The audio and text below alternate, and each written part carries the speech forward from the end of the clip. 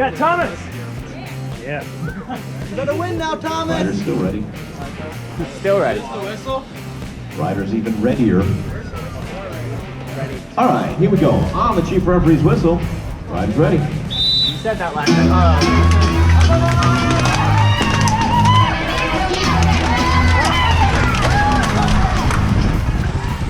Hey, welcome back to the Glycogen Cycling channel. So today is stage 9 of Intelligentsia Cup, which brings us to Lake Bluff, Illinois. This course is actually right by Lake Michigan, like right down the street to the lake. And this course is actually very sneakily technical. This back section, there's a couple turns, but they're all very, very narrow.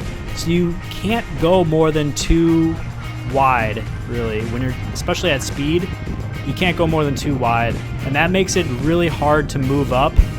Also, since the turns are so close together, you can't really jump around someone too easily on this part of the course, which really only leaves the front stretch of the course for you to move up on. But the problem with that is the guys in the front, they can go around that last corner so much more quickly that when you're in the back, it's really, really hard to move up. And this course is like crucial that you start towards the front at the beginning of the race, which is a mistake I made. I kind of took a lap when I should have just waited because I was going to be right in the front. But they wanted everyone to take a lap, and because of that, I ended up in the back to start off with, and having to make up those spaces in this course is really hard for me. So unfortunately, the race didn't go quite as well as I wanted, but we're gonna get into that and break it down and show you exactly what happened. So if you haven't smashed that like button, make sure you do that, and let's get into it. So here we are, lap 3, and like I was saying before, the front stretch is really the hard part where they hold a lot of speed, and because you're in the back here, you have to scrub off a lot of speed. So I'm going in, taking it at 21, and I'm going as hard as I can to try to hold the wheel on this part of the course. You can see me putting my head down because I'm just going as hard as I can possibly go, and I'm still getting gapped. So that corner was just really tricky for me. And you're gonna see a guy coming around me in a few moments, but just be aware of that corner for the rest of this video, because that's kind of where everything just totally went down, you could say. And here we are, lap 6. I'm trying to motivate this guy to hold the wheel, because I know this section is actually really hard to catch up on. It's just like once you go around someone, you can't get your line perfectly, so you kind of just want to sit on the wheel until you get to that front part of the course. But you can see, watch my heart rate right now. So I'm at 168, which is just above threshold for me, but it's getting up there, and you can see right where that circle is, gaps are starting to open up. And remember what I was saying before with this front section of the course being really, really fast? This is where guys will get dropped, because it's a slight uphill into the start-finish line, and there's a bit of a headwind right now. So guys really don't want to have to, it's so hard to catch up on this section. So when you have gaps opening up like that, that's really, really bad. And because of my positioning, there's not much I can do except go as hard as I can. Hopefully it gets shut down, and that's pretty much it. So let's continue on and we'll see what happens. So you can see there's about a 4 to 5 bike length gap, and this guy in front of me I know is dead, so I have to go as hard as I can to get around him. But in the meantime, this guy gets dropped off a bit, so I have to make another move around him. And remember what I was saying, this part's really hard. luckily this guy came around me, and I know if I can make it up to this next technical part of the course, they're gonna slow down a bit just based on the fact that you can't go through the turns with a big group as fast as you can go alone. So even if there's a little bit of a gap, I know I can brake a little bit later than they will, or they'll have to, and be able to make up that little bit of a gap that's between me and the rider in front of me. You can see I'm still looking around to see if there's people behind me, but as you'll see, I was able to close this gap pretty easily, take this turn really wide into the gutter there, and be able to make up that little bit of a gap. So here we are, lap 8, and watch up ahead here into this turn where that circle is. This is another crucial moment of the race, and you're gonna see in just a few moments that yet another gap is going to open up in that section. So if you're watching, there's a gap right there, and then there's another gap right there. And again, this is going into the front part of the course where it's really hard. And you can see guys are just quitting basically. This is way too hard for them. I'm pretty sure about half of this field got dropped in this race. And you'll see there's a big gap opening up.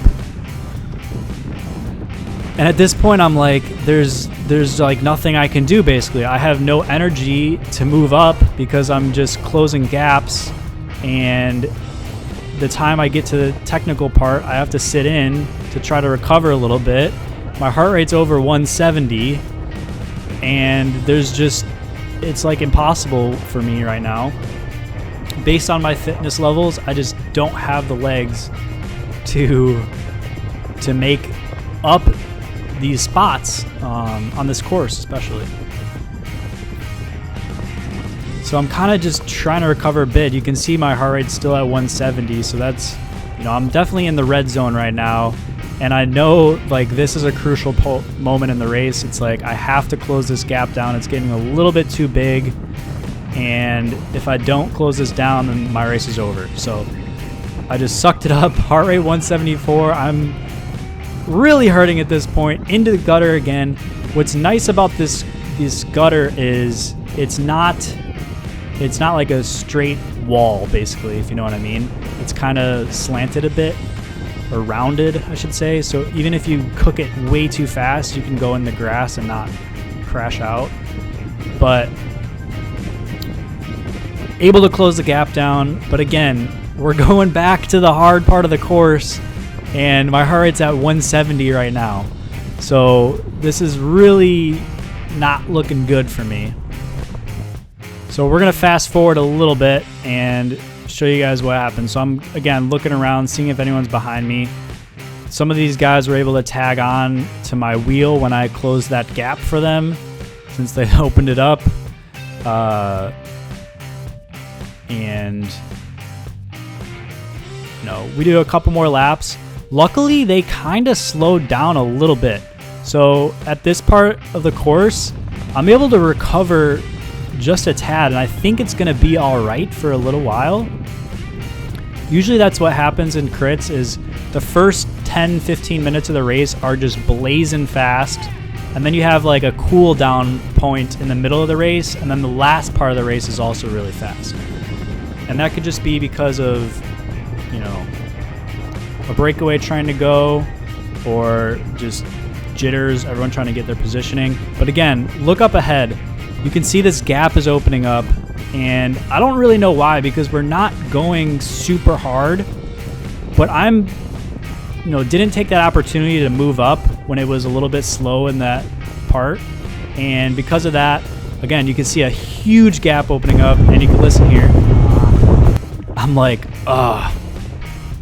I know this is the end of the race right here. When a gap is opening up that big, it's just, there's, these guys, we're all hurting really bad in the back of this race, and there's a good 3 to 4 second gap right there, and I'm so far back that there's nothing I can do to shut this down. So you can see, here's a little different perspective. So we have the guys on the front.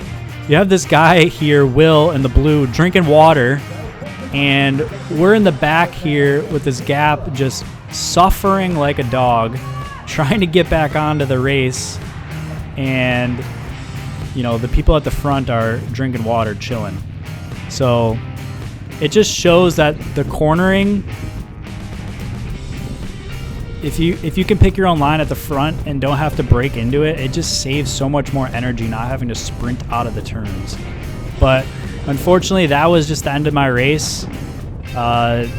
We couldn't close that gap down, and a bunch of guys got pulled, and they were finishing us early. So we have, you know, there's only 4 of us in this group, but we ended up sprinting it out, and I took, I think, 3rd in this little group here, but you know, it was for like 20th maybe.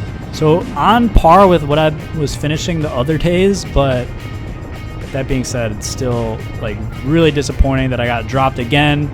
But I know tomorrow's another day, last day, so hopefully we can, you know, do better. And I think I surprised myself on the last day, so hopefully you guys stick around. Make sure you subscribe if you're not already, because Wednesday is an exciting video, and it's the last day of Intelligentsia Cup, so make sure you stick around and give that one a watch. So hopefully you guys enjoyed. Again, give this video a thumbs up, and I'll see you on Wednesday for the next video.